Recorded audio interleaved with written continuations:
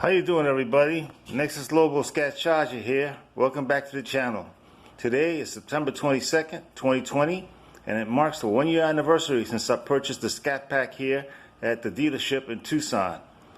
Today what I'm going to do is basically talk about a very short review on what it's like to own and drive a Scat Pack for 1 year, the good points and the bad points.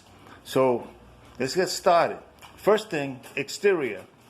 As you can see right now, I got the octane red paint job, and I gotta tell you, it's held up really good. But I have to really admit that I have actually done a ceramic coating on this, and I've really maintained it very well with a couple of good products. One being the waterless dual polymer. That stuff works really good. What you do is you do a ceramic coating, and then instead of washing the car, use that product, and it gives it a nice coating and an even better shine in the sunlight. Plus it also protects from the UV. But as you can see, just going over it, the paint is in really good shape. I've really made sure that there's no chips, no blemishes. I've got no dings. I've really kept on top of it. So in that sense, it has been very well kept, and I haven't had any complaints about that at all. Some cars, you get some issues with the paint from factory because of whatever and have recalls, but I have to say that Dodge has done a really good job with these paint jobs. Now, for the interior, I gotta say that, yes, I got the cloth interior, and you know what? It's held up pretty good. This cloth interior is rugged, okay? It's got the nice little pattern on it. Let me just sit down real quick because we're also going to talk about some other things in here. But as you can see, everything's great shape. No excessive wear, no tears. I've done a few little extra things myself on the door panels. As you can see, this little trim right here, and then of course little Scat Pack for the seat belt, and those are really inexpensive online. Also, I did this carbon fiber, goes over the top of the leather, and you know what, it looks nice and it feels good. Some carbon fiber trim that I've done myself. But the interior, again, it stayed in really good shape. Now, saying that, the one thing that I don't particularly care for is this texture. It's kind of, cheapsy. It doesn't really feel very nice.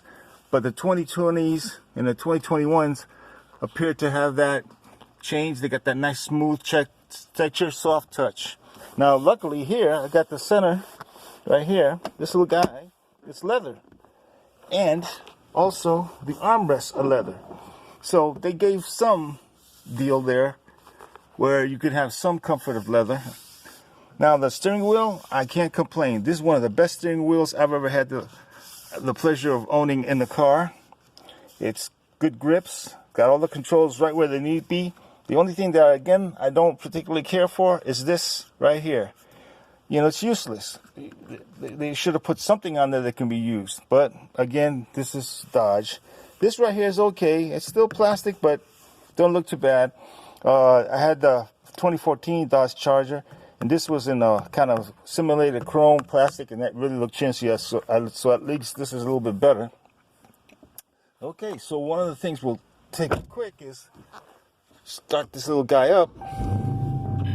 Okay, as you can see, the U-Connect starts up really well.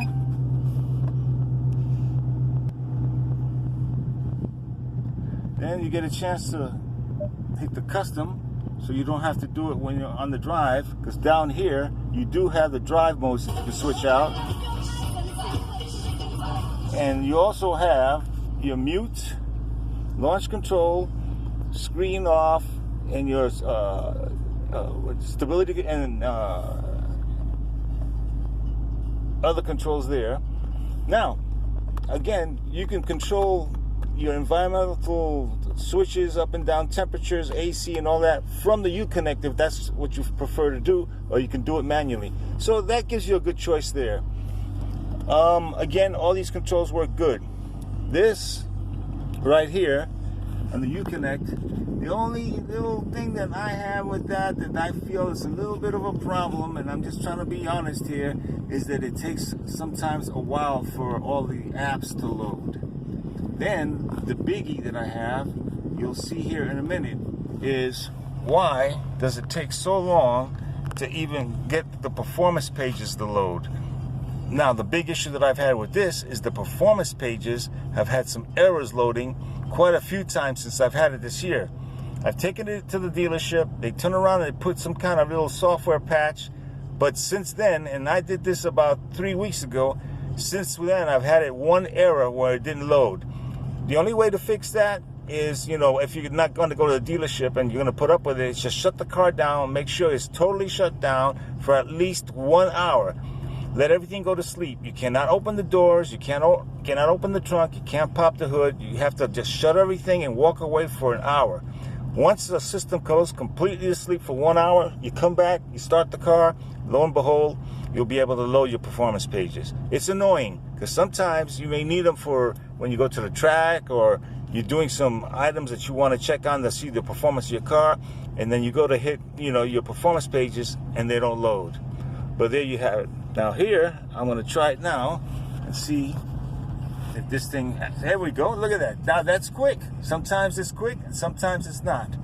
But I guess that's the one quirk of this car since I had it, is those performance pages. This loaded very fast. Sometimes it takes forever, but in this case, it was pretty quick. All right, so let's shut the motor off here and look under the engine bay.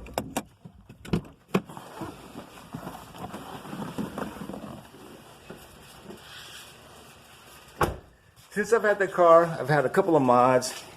I've put a tune in. I've actually got a nice oil catch can from Billet Technologies. But this is the latest thing. I just installed this about a week ago. This is the JLT Performance cold air intake. And let me tell you, it really does make a difference. I put it on a dyno and I got a 12 horsepower bump. Doesn't sound like a lot, but it's pretty significant, especially when you're going to add it on with other things. Cam, long tube headers, so on and so forth.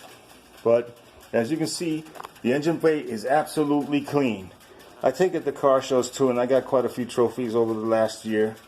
But everyone has their own little personal touch, and this is my touch here. So, now, let's look at the wheels and tires. Okay, as you can see, the wheels are stock originals. I still got plenty of tread because I barely put 3,500 miles on this car in 1 year. Yes, I've been out of town, I'm going to a lot of places, so I haven't really driven it as much as I should. But when I do, I really do drive it. The tires are holding up pretty good. Again, they're 245s. They can't really put the power down like 305s, but I will be changing the 275s here shortly. The wheels are good. I ceramic coated them, so the dust problem from the Brembos is not an issue. I just take a brush and they come right off. Before I did that, it was hard as hell because it was all kegging up all the time, and it was really annoying. But just ceramic coat your wheels, and that dust problem is not as big an issue. All right, so here's the back wheels. Also, you can see I got some wheel locks. These days, people are boosting wheels. I got a friend of mine that he found his car on cinder blocks and all four of his wheels, and he had some really nice ones, the Hellcat replicas, and they were gone. So again, word to the wise, put some locks on there. You know, for the money that you pay, they're worth, you know, at least some peace of mind. Now, the brakes themselves, can't complain. They're good to go. I got plenty of mileage to go on those. Those are my graphics here, carbon fiber, Rumble B, all right? And that's my part of my club here. It's called Team Mad Mopars Tucson, and that's Nexus Lobo Scat Charger, my channel. So as you can see, everything on this car, it looks real good. Drivability, not bad. Fuel economy, well, if you buy this car, you're not really buying it for fuel economy. However, if you're going long distances on the interstate, you can get about 22. The best I ever hit was consistent for, I was about 40 miles on cruise control. I got 24 miles to the gallon. I was totally stunned. Okay, and that was not on eco mode. All right, on eco mode, I'm pretty sure you could probably get 28. But you know, I bought the car to have full power, and that's just me. All right, so overall, in general, the front is good shape. The back, as you can see, nice and clean. The seats are really still look as new as they were when I bought the car. So I really can't complain. Yes, it's only got 3,000 miles. All right, but still, it's been a year. So overall rating by me, I figured that this was a worthwhile buy, and especially since I got a smoking deal. I got it in September. This was the last one at the dealership, and this is the time of year, if you're going to get a 2020, now's the time, because they want to get rid of these cars, and they want you to buy them, and you want to buy it. They'll do you a deal, because they got to get these out so they can get the 2021s in. So my advice, go in there, negotiate, haggle. Just don't take the first deal they give you. And then you'll come up with this little guy right here. I got this bad boy with the power dollars, and I'm retired military, so they give me another discount. Out the door, 40 grand.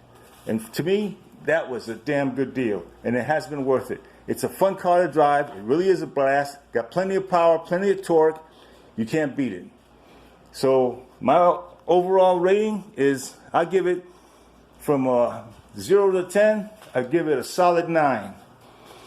So with that being said, until I make another video for you guys, we're going to be going to the dealerships and doing a full review on the 2021s that are coming out, the Hellcats and the Scat wide body Scat Packs. So you guys take care. Once again, you guys be safe. Keep the rubber on the road. This is Nexus Lobo Scat Charger saying goodbye and out.